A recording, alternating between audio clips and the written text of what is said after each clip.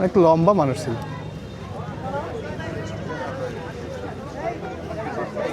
অনেক মানুষ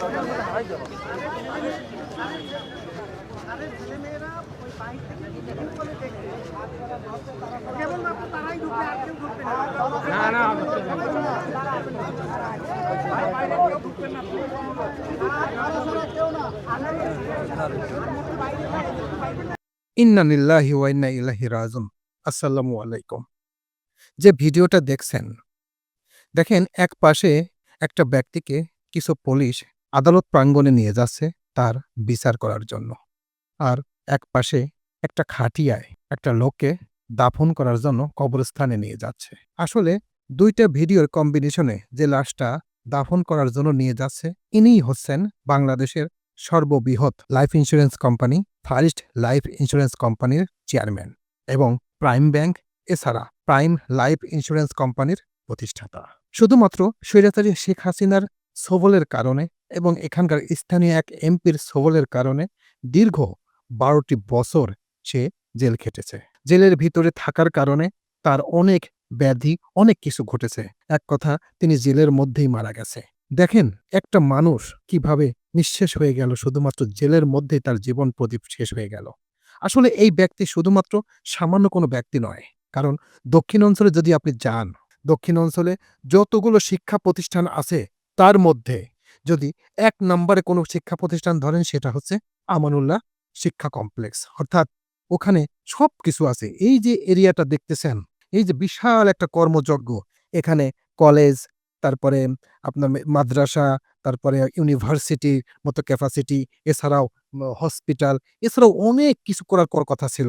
বিশাল এরিয়া নিয়ে একটি কর্মযজ্ঞ তৈরি করেছিল শুধুমাত্র শেখ হাসিনা এবং শেখ হাসিনার দোসররা যাতে এখানে কিছু করতে না পারে তার বিরুদ্ধে দুর্নীতি মামলা দিয়ে তাকে আটকাদেশ করে। এছাড়াও বিভিন্ন মানুষের কাছে শোনা গেছে যে দেখেন বাংলাদেশের ওই সময়ের সর্ববৃহৎ একটি লাইফ ইন্স্যুরেন্স কোম্পানি, সেটা হচ্ছে ফার্স্ট লাইফ ইন্স্যুরেন্স কোম্পানি, সেটার কর্ণধার। শোনা যাচ্ছে নাকি তিনি এখান থেকে হাজার হাজার কোটি টাকা আত্মসাৎ করেছেন, সেই টাকা গ্রাহকদের দিচ্ছে না, আরো অনেক ধরনের কথা। আসলে এটা কতটুকু সত্য মিথ্যা সেটা আমরা জানি না, তবে বাংলাদেশে লাইফ ইন্স্যুরেন্স খাতে তার একটা অবদান ছিল। সে যদি এটা করেও থাকে সেটা আসলে আদালতের বিষয়, কিন্তু তিনি যে 100% স্বৈরাচারী হাসিনা এবং তার প্রতিহিংসার শিকার হয়েছিলেন সেটা সত্য কথা। দেখেন এত মানুষ ছাড়া পেয়েছে, কিন্তু সে ছাড়া পায় নাই। দেখেন প্রায় 1.5 বছর ধরে তিনি জেল কাস্টেই ছিল এবং জেলের মধ্যে তিনি মারা গেছেন। আজকে তার লাশ এখানে এসেছে। লাশ আসার পর দেখেন এখানে কত মানুষ জমায়েত হয়েছে, তার খালি ভালো কথাই শুনছি। এবং এখানকার স্থানীয় লোকজন বলতেছে এটা শুধুমাত্র এখানকার স্থানীয় এমপি আনোয়ার হোসেন মঞ্জুর কারণে নাকি এটা হয়েছে, কারণ তার রোশানডোলে পড়ার কারণেই এই এত বড় একটা কর্মযজ্ঞ আজকে হয় নাই। এবং এখানকার কিছু স্থানীয় লোকরা বলছে যে তিনি নাকি এখানকার যত জমি জমা আছে সেগুলো জোর দখল করে নিয়েছেন, তাদের টাকা পয়সা দেওয়া হয় না, ইত্যাদি ইত্যাদি ইত্যাদি। আসলে এটা কতটুকু সত্য মিথ্যা সেটা জানি না, তবে এখানকার যতগুলো লোক এখানে জিজ্ঞাসা করছে প্রত্যেকটা মানুষ একই কথা বলছেন যে এটা শুধুমাত্র বন্ধ হয়েছে আনোয়ার হোসেন মঞ্জুর কারণে। এটা যদি ফুল চালু হতো, এখানে মিনিমাম 2 থেকে 3 হাজার মানুষের কর্মসংস্থান সৃষ্টি হতো। সেটা বন্ধ করেছে আনোয়ার হোসেন মঞ্জু। আনোয়ার হোসেন মঞ্জু ভেবেছিল যে ওকে যদি এটাগুলো করতে দিই তাহলে তো আমার মান কমে যাবে, আমার সম্মান কমে যাবে, আমার পাওয়ার কমে যাবে। সেই জন্য ওকে যাতে এগুলো করা না দেওয়া হয় সেটার ব্যবস্থা করেছেন। এছাড়াও এই ব্যক্তি নাকি বিএনপির সাথে জড়িত ছিল, আর বিএনপি করার কারণেই তার এই পরিণতি। আমি গ্যারান্টি দিয়ে বলতে পারি এখানে যে কর্মযজ্ঞগুলো হয়েছে যেটা যদি কমপ্লিট হয়ে যেত, আমার জানা মতে ভান্ডারিয়া বাজারে সে এতে বেশি নাম করা হতো, কারণ এখানে সবকিছু করা হয়েছিল, সবকিছুর বিশাল একটা মাস্টার প্ল্যান পরিকল্পনা করেছিল, কিন্তু সেটা করতে পারেনি শুধুমাত্র রাজনৈতিক প্রতিহিংসার কারণে। তো আজকে দেখেন এখানে কত মানুষ উপস্থিত হয়েছে, প্রত্যেকটা মানুষের একটাই কথা, শুধুমাত্র রাজনৈতিক প্রতিহিংসার কারণে তার এই পরিণতি। তো ভিডিওটা দেখেন, এখানে কি কি ঘটেছে সবকিছু দেখেন, একেবারে জানাজার দৃশ্যটা সম্পূর্ণ এখানে করা হয়েছে, সেটা দেখে নিন।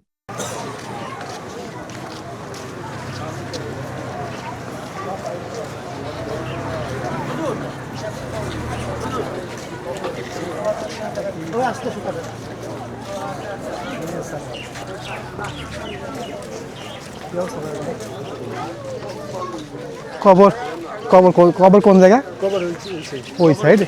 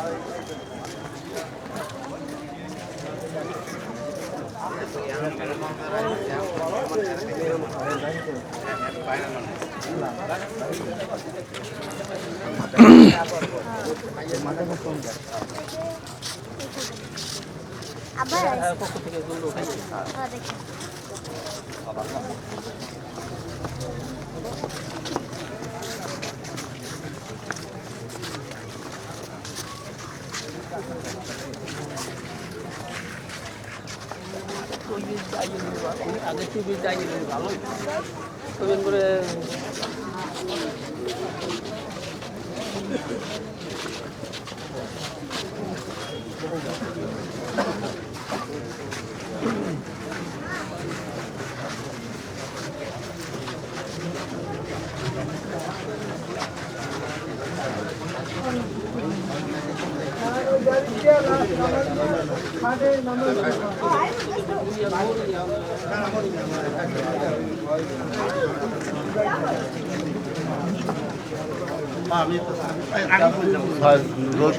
রোদে যাইবেন হ্যাঁ রোদ জায়গায় রোদে বসবেন না স্যারে বসবেন আধা ঘন্টা তো বাহিয়া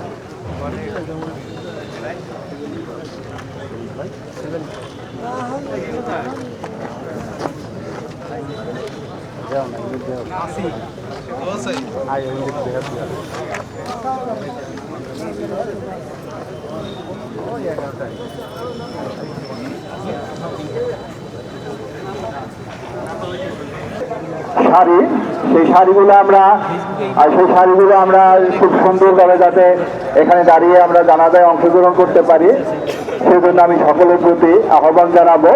বিশেষ করে শামিয়ানার ভিতরে যারা দাঁড়িয়েছে তাদেরকে শামিয়ানা ছেড়ে যাতে আমাদের এই জানাজায় অংশগ্রহণ করে, কারণ আমাদের লাশ আমাদের শামিয়ানার ভিতরে রেখে আমাদের জানাজা অনুষ্ঠান শুরু করতে হবে। তো উপস্থিত মুরব্বীদের দৃষ্টি আকর্ষণ করছে যারা এখানে উপস্থিত রয়েছে, আমাদের লাশ পরবর্তীতে জানাজার পরে আপনাদের দেখানোর জন্য রাখা হবে, কিন্তু নির্ধারিত সময় 11টা। এই 11টায় আমরা যাতে জানাজা সুস্থভাবে সুন্দরভাবে আয়োজন করতে পারি আপনাদের সহায়তা কামনা করছি।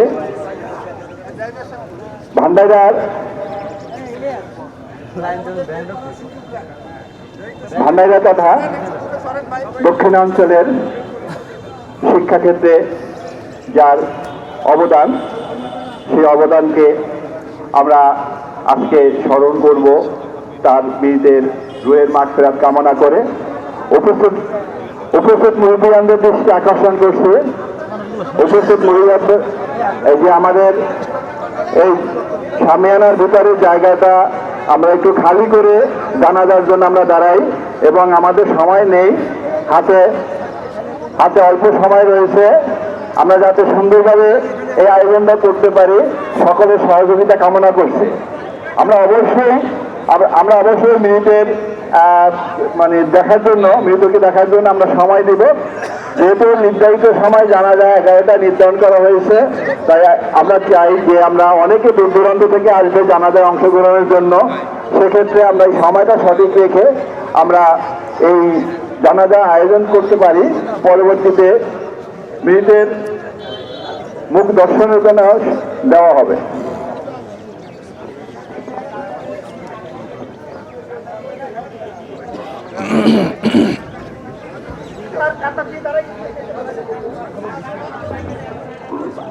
আসসালামু আলাইকুম। আপনারা কাতারবন্দি ভাবে দাঁড়ান, দয়া করে কোন রকম সামিয়ানা ছাড়াইয়া আপনারা কাতারবন্দি হয়ে দাঁড়ান, আল্লাহর রাস্তায় কাতারবন্দি হয়ে দাঁড়ান। সামিয়ানাটা ফাঁকা রাখে, সামিয়ানার বাইক সাইডে দাঁড়াবেন। আপনারা সামিয়ানার বাইক সাইডে থেকে কাতারবদ্ধভাবে দাঁড়ান। বয়স কিরকম? আমি গৌরীপুর ইউনিয়নের মাওলানা মাসুদ। তো ছবি দিয়ে তো মনে হয় মাওলানা মাসুদ, আপনি আপনার সাথে কয়েকজন লোক নিয়ে আমাদের এই যে আজকে এখানে যে জানাজা খাটিয়ে রাখা হয়েছে এখানে চলে আসেন। একটু শৃঙ্খলার দায়িত্ব পালন করার জন্য আমি মাসুদ সাহেবের নেতৃত্বে কয়েকজনকে সামনে আসার জন্য অনুরোধ জানাচ্ছি। মাওলানা মাসুদ, আপনি সামিয়ানার নিচে কয়েকজন লোক নিয়ে একটু শৃঙ্খলার দায়িত্ব পালন করেন। আমরা নিজের হাতের পাশে কেউ ভিড় না করি, উপস্থিত সকলের দৃষ্টি আকর্ষণ করছি। আমরা সকলেই আমরা যেন সামিয়ানা ভাইয়েরা, আপনারা আমাদের কথা শুনতেছেন? আপনারা সামিয়ানা বাদ দিয়া বাহির সাইডে আপনারা কাতারবদ্ধ হয়ে দাঁড়ান। এটা খালি করে দেন, সামিয়ানা খালি করে দেন। আমি সকলের দৃষ্টি আকর্ষণ করছি, জানাজার পরে আমাদের কখন দেখানো হবে, আপনারা জানাজার পরে দেখতে পারবেন। সকলকে দেখার সুযোগ করে দেওয়া হবে জানাজার পরে। এখন আপনারা সামনে দয়া করে কেউ ভুল করবেন না।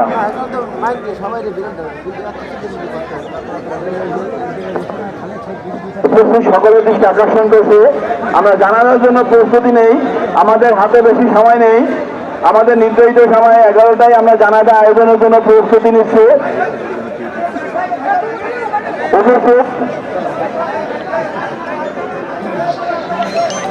আসসালামু আলাইকুম ভাই, আপনাদেরকে বিশেষভাবে অনুরোধ করি, আপনারা সামিয়ানার নিচে যারা দাঁড়ানো আছে যাওয়ার জন্য অনুরোধ করা হচ্ছে।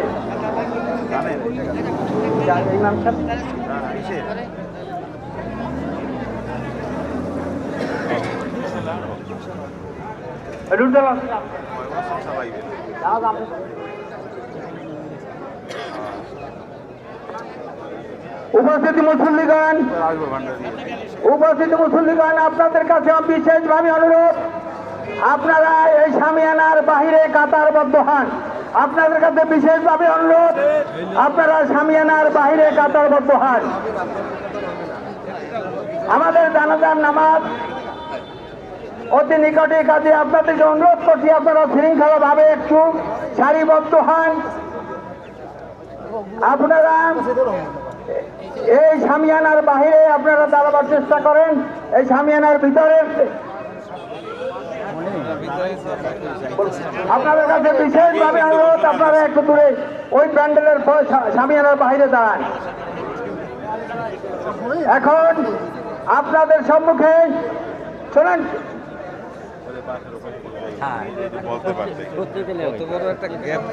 আপনাদেরকে বিশেষভাবে অনুরোধ, আপনারা কথা বন্ধ করেন এবং আপনাদেরকে এই সাইডে আপনারা পরবর্তীতে আবার দেখতে পারবেন। জানাজার পরে আপনাদের দেখার সুযোগ করে দেওয়া হবে। আসসালামু আলাইকুম। আপনারা সকলে এই মাইয়াতের সামনে থেকে পিছনে যাওয়ার চেষ্টা করেন। আপনাদেরকে বিনীতভাবে অনুরোধ করছি, আপনারা সারিবদ্ধভাবে আচ্ছা ভাই, আমি একটা জানাজায় আইছি, তো আমি একটু পরে ফোন দিই। আপনাদেরকে অনুরোধ করছি, আপনারা এখানে যারা আছেন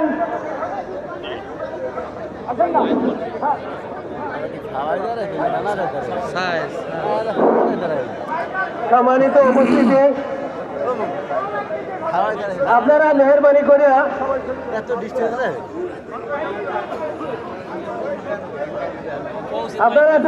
করে পিছনে কাতারটা একটু পিছনে ভালো হয়।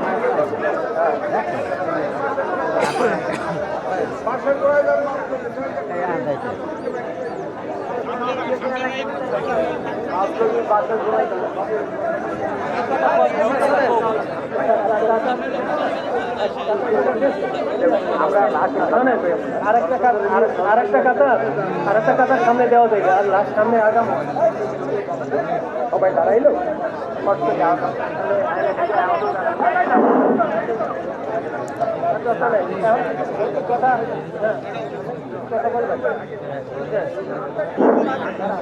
আলহামদুলিল্লাহ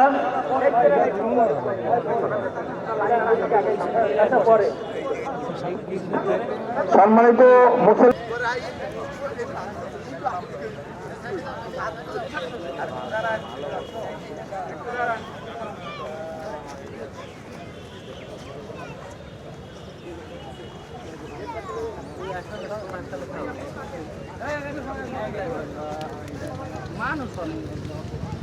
অনেক লম্বা মানুষ ছিল।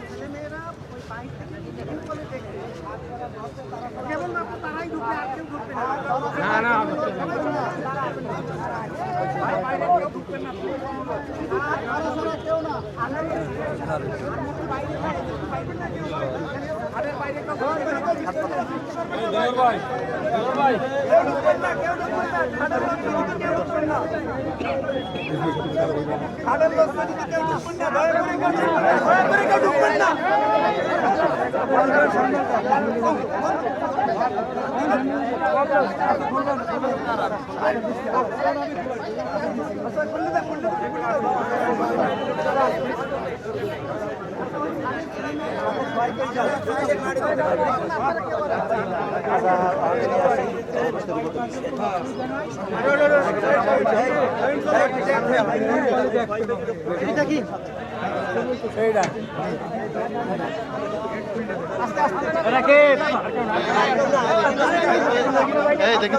দে ভাই দেখি সাইড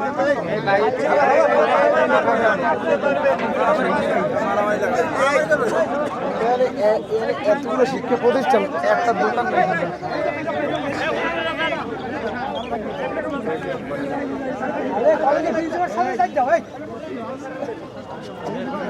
তো কেমন লাগলো আমার এই ভিডিওটি? যদি ভালো লেগে থাকে এবং এই যে এত মানুষের যে সমাহার এবং লাইফ ইন্স্যুরেন্সের জগতে যতগুলো লাইফ ইন্স্যুরেন্স কোম্পানি আছে, আমার জানা মতে বাংলাদেশের 2টা লাইফ ইন্স্যুরেন্সের পরেই একটার অবস্থান ছিল, সেটা হচ্ছে ফারিস্ট লাইফ ইন্স্যুরেন্স। শুধুমাত্র সরকারি রোশানলের কারণেই আজকে এই প্রতিষ্ঠানটা ধ্বংস হয়ে গেছে। এছাড়া prime life insurance, prime bank, এগুলো সব তার ছিল, সেগুলো আস্তে আস্তে সরকারের নিয়ন্ত্রণাধীন চলে গেছে। এক কথা, শুধুমাত্র রাজনীতি করার কারণে তার এই পরিণতি হয়েছে। তো এই ভিডিওটা যদি আপনাদের ভালো লেগে থাকে তাহলে অবশ্যই অবশ্যই লাইক, কমেন্ট, শেয়ার করবেন। তো সবাইকে ধন্যবাদ জানিয়ে এখানেই শেষ করছি। আল্লাহ হাফেজ।